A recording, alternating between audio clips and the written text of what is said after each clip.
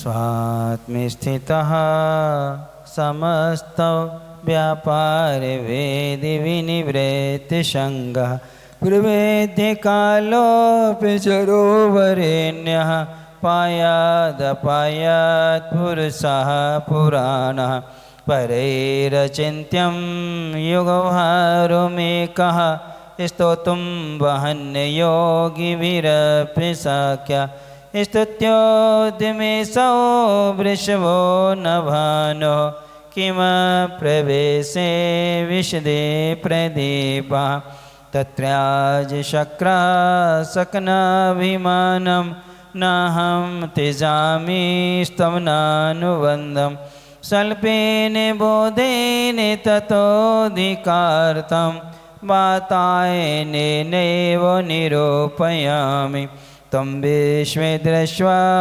सकलैरदृश्य विद्वानशेषं निखिलैरवेद्य वक्तुं कियान् कीदृशेति शक्यः स्तुतिस्ततो शक्ति कथा तवस्तु। कल अपन ने पढ़ा था कि हे भगवान, स्तुति करने के अभिमान को इंद्र ने छोड़ दिया था, क्योंकि संयम के साथ में मनुष्य जो स्तुति कर सकते हैं वह स्तुति और कोई भी नहीं कर सकता है। फिर इसके बाद में हे भगवान, आप सबको देखते हैं लेकिन आपको कोई देख नहीं सकता है। आप सबको जानते हैं लेकिन आपको कोई जान नहीं सकता है, क्योंकि आप छायक दर्शन छायक ज्ञान वाले हैं। अमूर्तिक स्वभाव होने से आप कैसे हैं, कितने प्रमाण में हैं, ये शब्दों से नहीं कहा जा सकता है। फिर भी आपकी जो स्तुति हम करने जा रहे हैं वो हमारी असमर्थता की कथा है, अर्थात हम क्षौसम ज्ञान से आपके गुणों में अनुराग होने से हम अपनों उपयोग को शुभ बनाने के लिए, पाप कर्म से बचने के लिए आपकी क्या कर रहे हैं, स्तुति कर रहे हैं। अब आगे देते हैं, व्यापीडितम बालिमिवात्मो दोषै रुल्लाघतां लोकमवापि पस्त्वं हिताहितान्वेषण मान्दिभाजः सर्वस्य जन्तो रसि बालवैद्यः व्यापीडितं बालमिवात्मदोषै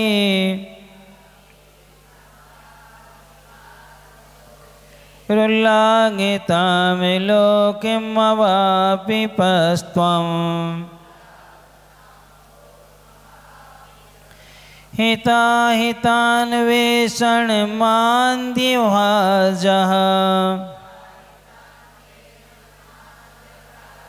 सर्वस्य जन्तोरसि बालवैद्यः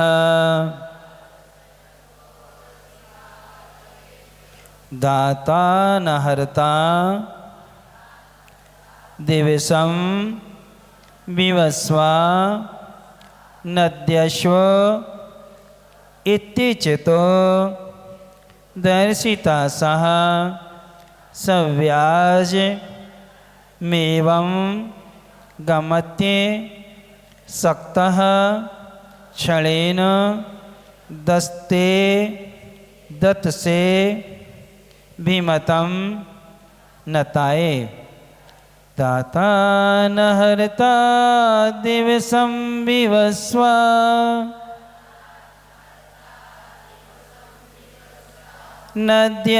नद्यस्वेत्यच्युतो दर्शिता सह सव्याजमेवं गम्यत्यसक्तः क्षणेन दत्से विमतं नताये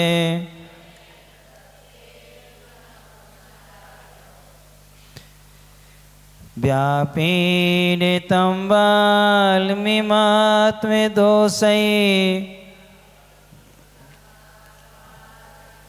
रुल्लाघितां लोकिमवापिपस्त्वम्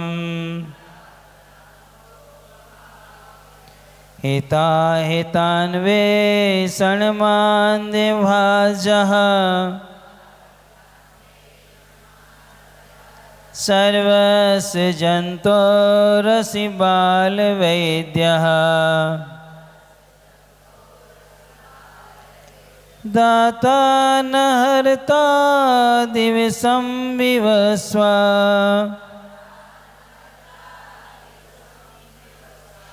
नद्यस्वीत्य च्युतोदर्शिता सः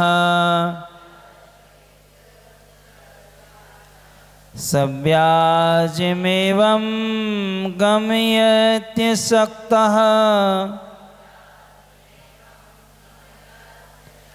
क्षणेन दत्तसेभिमतं नताय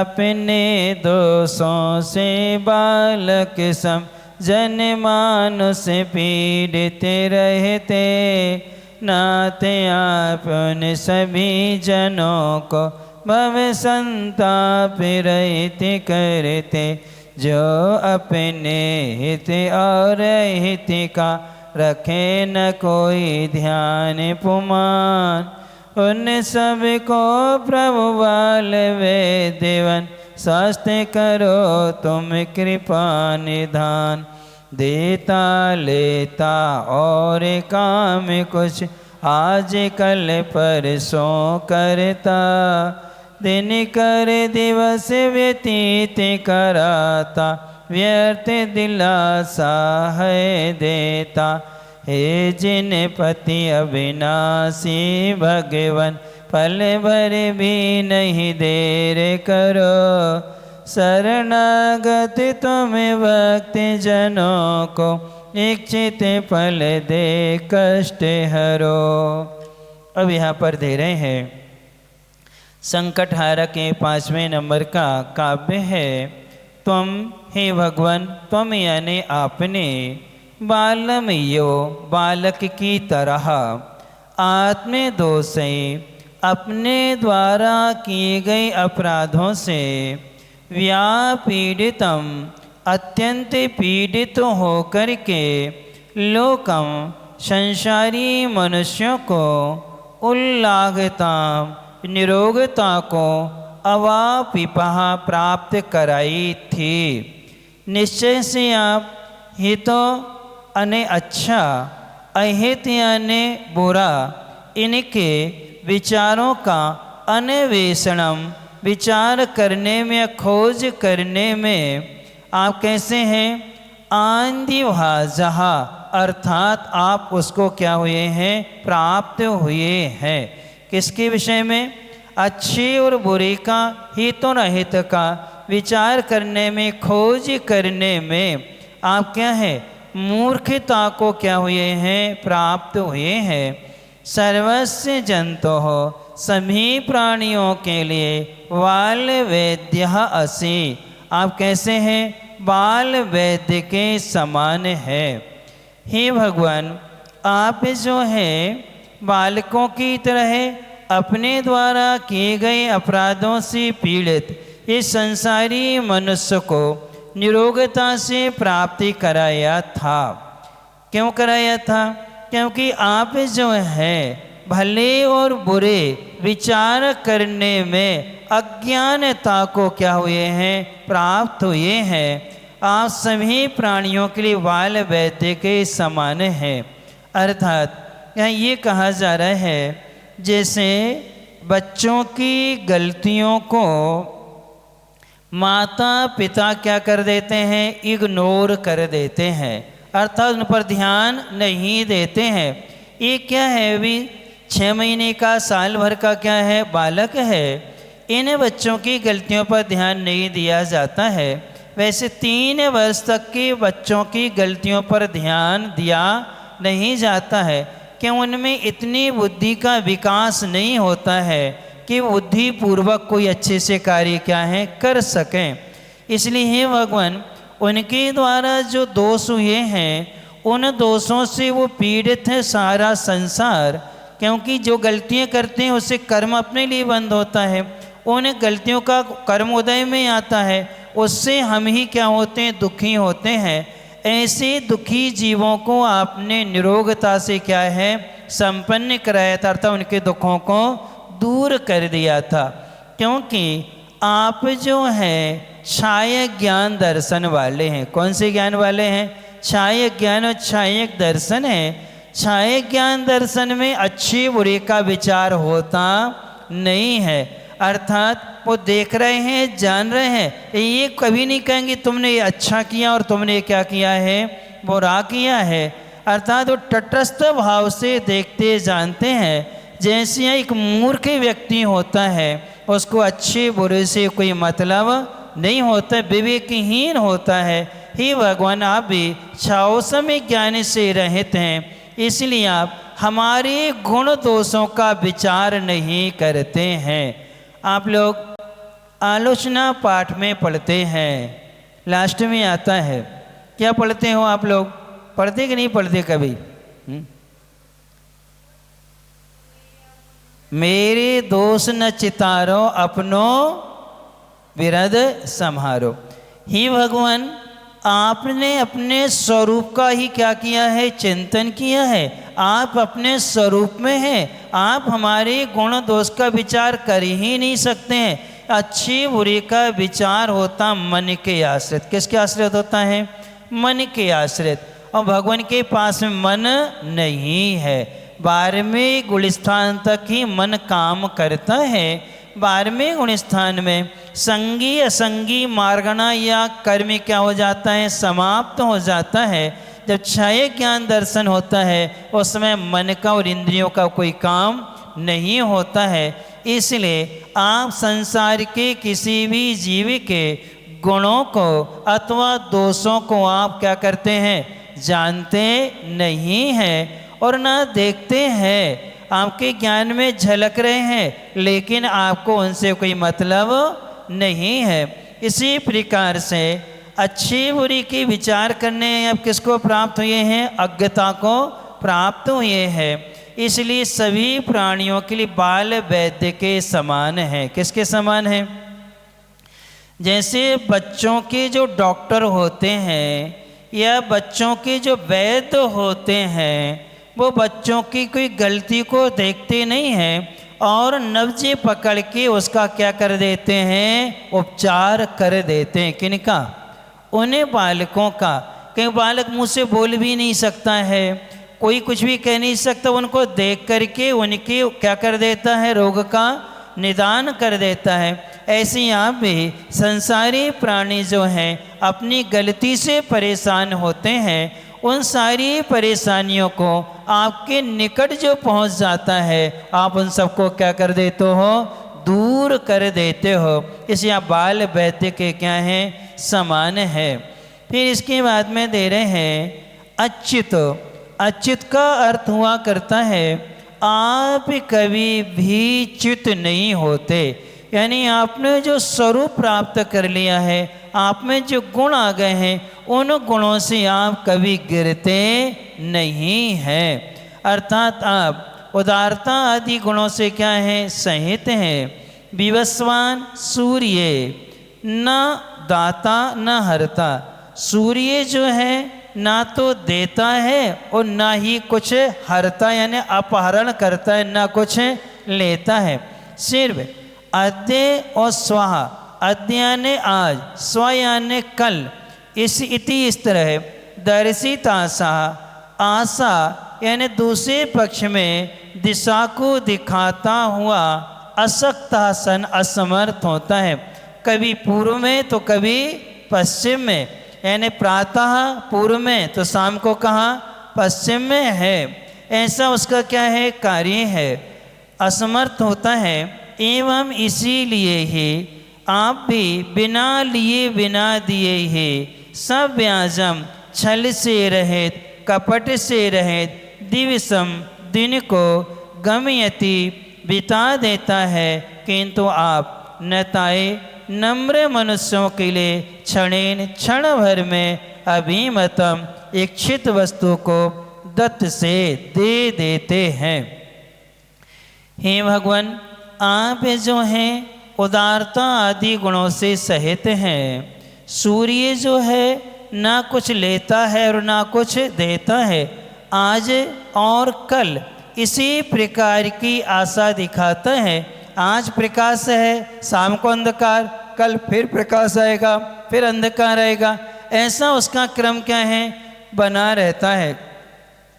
लेकिन हे भगवान, आप भी जो हैं बिना लिए बिना दिए कपट से रहित तो हो करके जैसे सूर्य दिन को बिता देता है, वैसे आप भी आपकी शरण में जो मनुष्य आते हैं क्षण भर में आप उनको इच्छित वस्तु दे देते हैं। कौन दे देते हैं?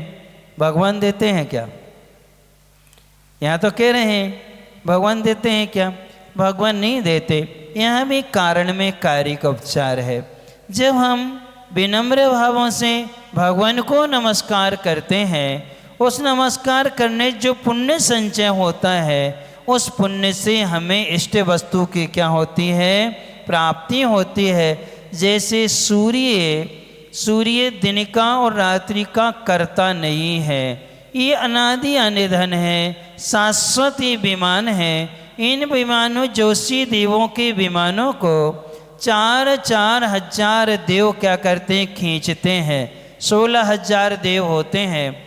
एक बार क्या करते हैं, 3-3 माह का, कितने माह का, 3-3 माह का रहता है। 4,000 देव बैल बन के 3 माह तक खींचेंगे, फिर 4,000 देव घोड़ा बन करके, फिर 4,000 देव शेर बन करके, और 4,000 देव हाथी बन करके इन विमानों को क्या करते हैं, खींचते हैं। तो इनके कारण से चाल उनकी कम होती है, किन्हीं की तेज होती है। इसलिए छोटे दिन और बड़े दिन होते हैं। यानी जब वो गति से चलता है तो दिन छोटे होते हैं, और जब मंद गति से चलता है तो दिन बड़े होते हैं। जैसे में दिन छोटे हैं, रात बड़ी हो गई, आधे घंटे का अंतर आ गया। धीरे धीरे चल के दीपावली से 1 घंटे का क्या आता है, अंतर आ जाता है। इसलिए आप जो है हे भगवान, आप तो सूर्य के पक्ष में, वह तो ये कहता है कि हम देंगे आज नहीं कल, आज नहीं कल, लेकिन आप ऐसा नहीं करते हैं। आपकी शरण में जो भी विनय भाव से आएगा वह नियम से इच्छित वस्तु को प्राप्त कर लेता है। आप तो इत्र की दुकान के समान है। किसके समान है? इत्र की दुकान पर तो पहुंच जाओ, आप कुछ खरीदो ना खरीदो, आपको सुगंध क्या है, मिल ही जाएगी। ऐसी भगवान की शरण में अपन पहुंच गए, वहाँ से अपन कुछ खरीदें या ना खरीदें कोई प्रयोजन नहीं है, लेकिन जैसे भक्ति से नमस्कार करेंगे आपको क्या मिलेगा, लाभ मिल ही जाया करता है। इसलिए यहाँ पर दोनों छंदों में भगवान की वीतरागता को 5वें नंबर छंद में भगवान को उपकारी कहा जा रहा है। क्या कहा जा रहा है? उपकारी कहा जा रहा है। भगवान बाल वैद्य के समान क्यों है, आपको बता देते हैं। भगवान के आभा मंडल में अभिषेक क्यों करना चाहिए और अभिषेक क्यों देखना चाहिए, इसका ही वैज्ञानिक सिद्धांत है। अपनी जो भगवान की यहाँ प्रतिमाएँ हैं, ये प्रतिमाएँ मंत्रों के द्वारा प्रतिष्ठित होती हैं। किसके द्वारा? मंत्रों से प्रतिष्ठित होती हैं। और मंत्रों से प्रतिष्ठित होने के बाद में जब हम प्रातःकाल भगवान का अभिषेक करते हैं और सब अभिषेक के मंत्रों को क्या है, बोलते हैं, तो जल में मंत्रों को ग्रहण करने की शक्ति पाई जाती है। जब प्रासुजल प्रतिमा के ऊपर गिरता है, उन मंत्रों का एक आभा मंडल पूरे जनालय में क्या है, फैल जाता है, जिससे जिसको नज़र लग जाती है उसकी नज़र क्या हो जाती है, दूर हो जाती हैं। यानी अभिषेक करने वाले की कभी नज़र नहीं उतारना पड़ती है। जैसे कई लोग हम लोगों की उतार देते हैं कई बार, तो हम हमें लगते नहीं है, हम लोग नज़र इसलिए नहीं लगती कि हमारी किसी के प्रति अशुभ परिणाम नहीं होते हैं। आपके परिणाम हैं, आप हमारे पास आए हैं या भगवान के महाराज जी के पास आए हैं, हम देखें या ना देखें, हम हाथ उठाएं या ना उठाएं, आपने यदि भावों से नमस्कार किया है आपको फल तो क्या है, मिल ही जाएगा। और मान लो हमारा मन नहीं है और तुम कहो नहीं महाराज जी आप तो हाथ उठा के आशीर्वाद दो, आप तुम्हारे सिर पे रख दो, अब हम जबरदस्ती रख भी देवे तो क्या फ़र्क पड़ रहा, आपका समर्पण ही नहीं है, हमारा क्या है उपयोग नहीं है। और हम कहें चलो यार ये परेशान कर रहे यार हाथ रख तो दो, तो ने बिना भी मन से रख दिया तो क्या मिला आपको, कुछ मिला क्या, नहीं।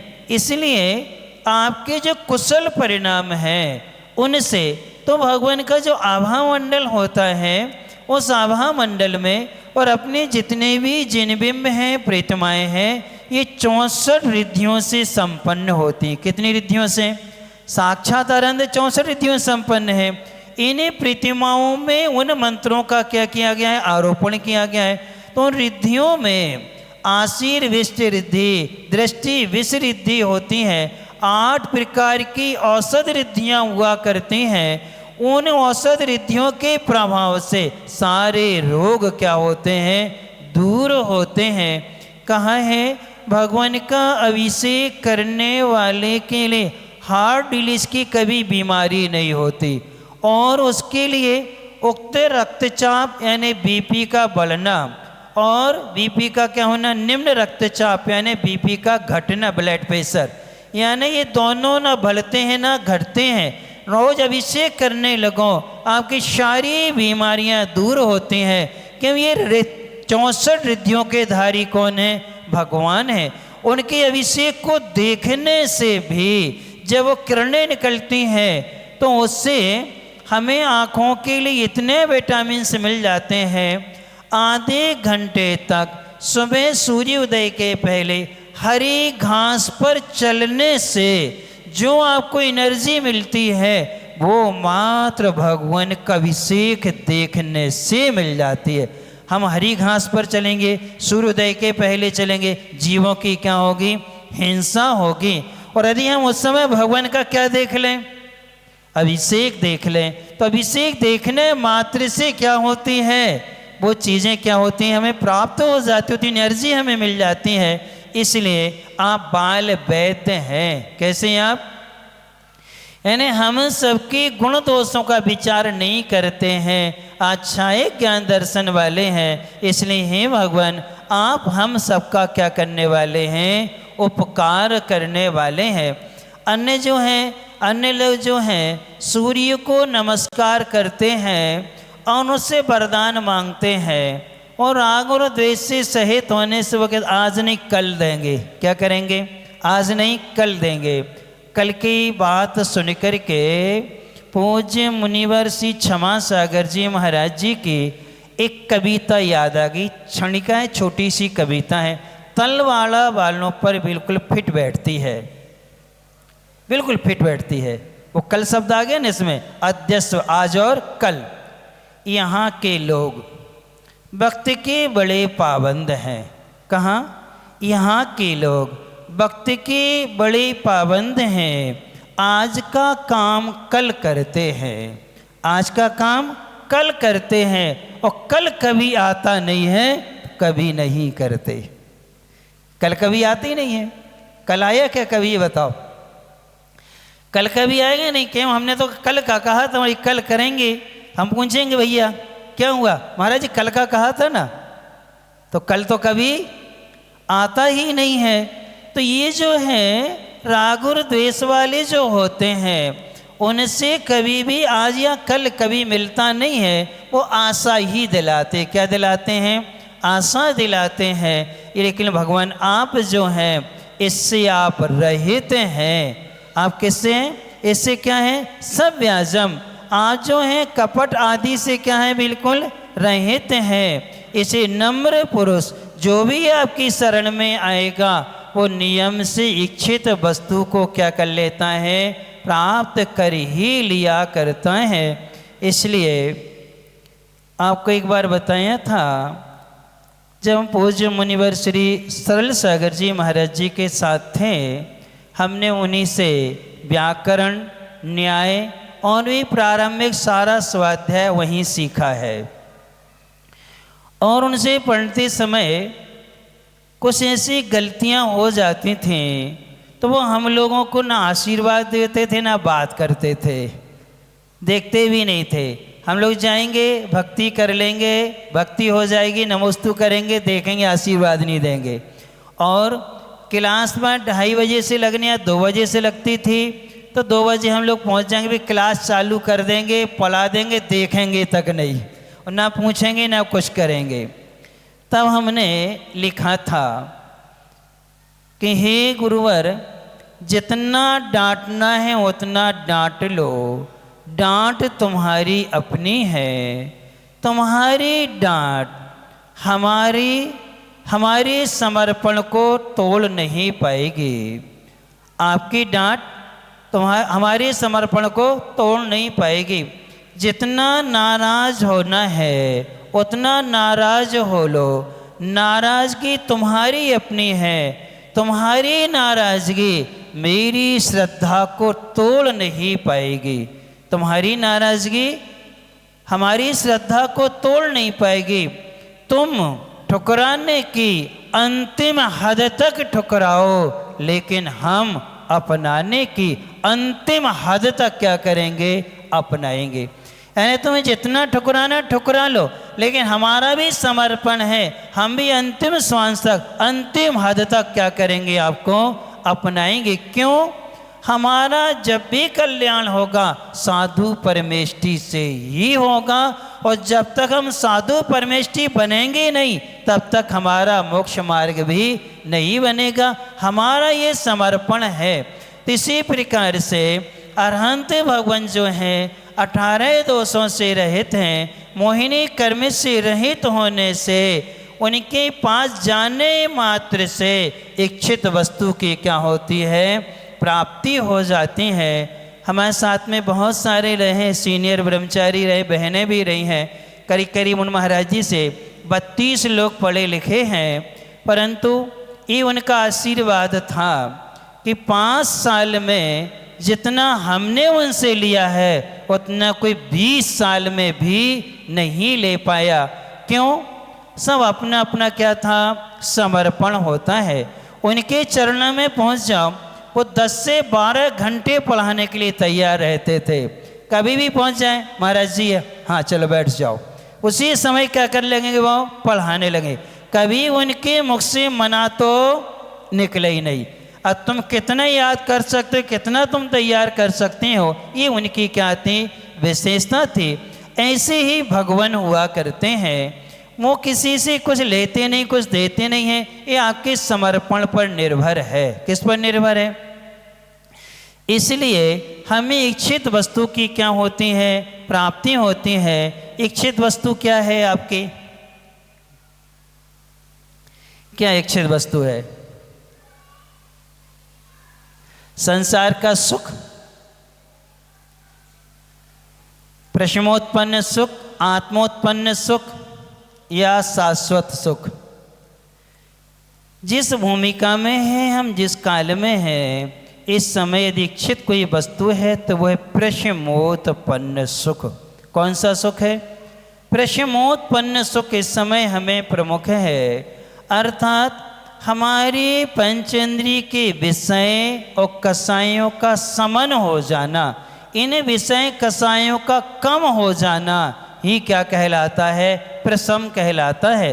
संसार के दुखों से क्या होना? भयभीत होना। क्या करना? डरना।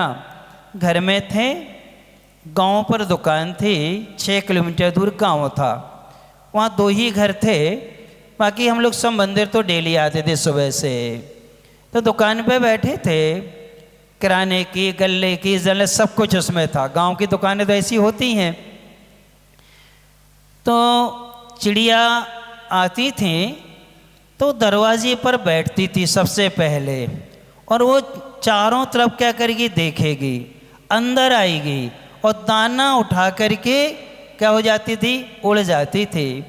हमने एक दिन बब्बा से कहा, यानी कि बब्बा ये चिड़ियाँ पहले आके दरवाजे पे बैठती हैं, चारों तरफ देखती हैं, फिर अंदर आती हैं और दाना लेकर के उड़ जाती हैं। तो उन्होंने बहुत अच्छी बात कही कि देखो बेटा, ये पक्षी हैं, संगी पंचेंद्री होते हैं, ये अपना दाना चुगने के लिए यहाँ आना चाह रहे हैं। एक खतरे को देख रहे हैं कि कोई खतरा होगा, तुम निकलेंगे कहाँ से? हम जा तो रहे हैं लेकिन निकलेंगे कहाँ से? ये रास्ता पहले तय कर लेते हैं, बाद में अंदर आते हैं और क्या हो जाते हैं? चले जाते हैं। बस इतना उन्हें कहा कि बस बेटा, अपने धर्म में भी यही है कि संसार में प्रवेश करने के पहले निकलने का रास्ता देख लेना चाहिए, और निकलने का रास्ता नहीं देखा तो जाल से भी खतरनाक है कौन? गृहस्थी का जो मार्ग वो जाल से भी क्या है? जाल को तो काटा जा सकता है, लेकिन एक बार फंस गए फिर ये निकल नहीं पाते हैं। तो आप लोग अच्छे हैं कि वो चिड़िया अच्छी है? हमने उसी समय उनसे कह दिया था बब्बा से, हम तो ऐसे ही काम करेंगे। प्रवेश करने के पहले रास्ता देख लिया और अपन ने प्रवेश किया ही नहीं, उसके पहले ही क्या थे? निकल आए। तो कहने का मतलब ये है कि यहाँ वीतराग भगवान जो कहते हैं शरणागत आए हुए भक्तों के लिए इच्छित फल देते हैं। इच्छित फल का मतलब ये है अपने स्वरूप का क्या कराते हैं? बोध करा देते। किसका बोध कराते हैं? अपने स्वरूप का क्या कराते हैं?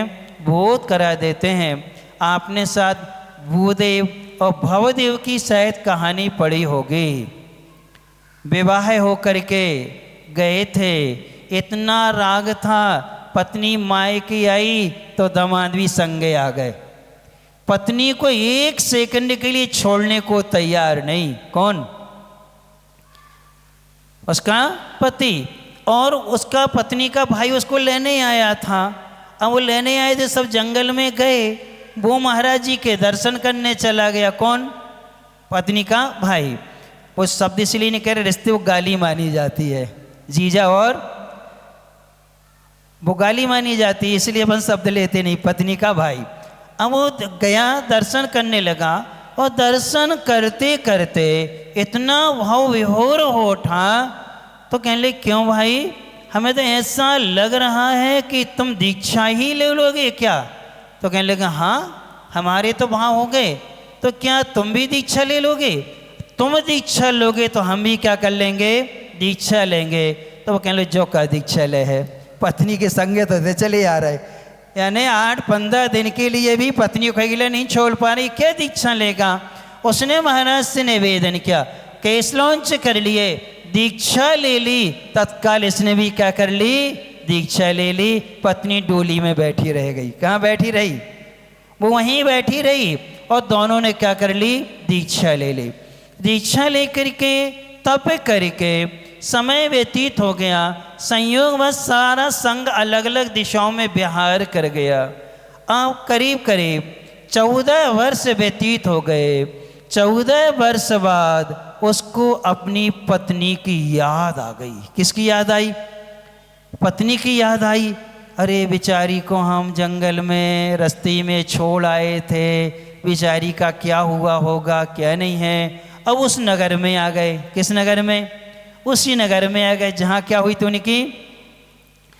अब वहाँ पहुँचे, पता लगाया, एक महिला थी, बहुत स्वाध्यायशील थी, और स्वाध्यायशील भी थी, चर्या आदि कराई।